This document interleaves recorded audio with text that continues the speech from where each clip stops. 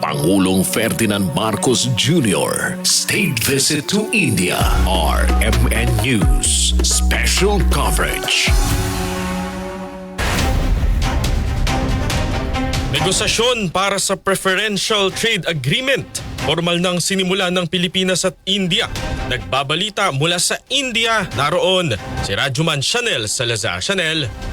Naging produktibo ang unang bahagi ng state visit ni Pangulong Ferdinand Marcos Jr. dito sa New Delhi, India. Isa sa pinaka-highlight ng state visit dito sa New Delhi, ang kanilang bilateral meeting ni Prime Minister Narendra Modi kung saan 13 kasunduan ang nilagdaan.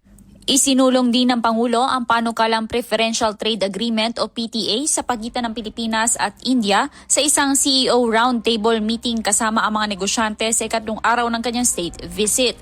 Layo nitong bawasan at alisin ang taripa sa piling produkto sa pagitan ng dalawang bansa. Ayon kay Palace Press Officer Claire Castro, naniniwala si Pangulong Marcos na mahalagang hakbang ito para mapalawak ang market access at mapatatag ang supply chain resilience ng Pilipinas at India. Kumbinsido niya ang Pangulo sa potensyal ng kasunduan na magbubukas ng mas malawak na oportunidad sa ekonomiya. Binigyang diin din ni Pangulong Marcos Jr.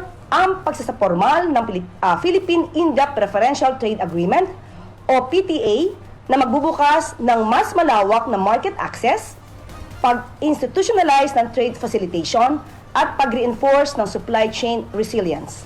Matapos naman ang state visit ni Pangulong Marcos dito sa New Delhi, magtutungo ang Pangulo sa Bangalore na tinaguriang Silicon Valley ng India. Mula sa New Delhi, India, Rajuman Chanel Salazar, Tatak, RMN. Thank you, Chanel.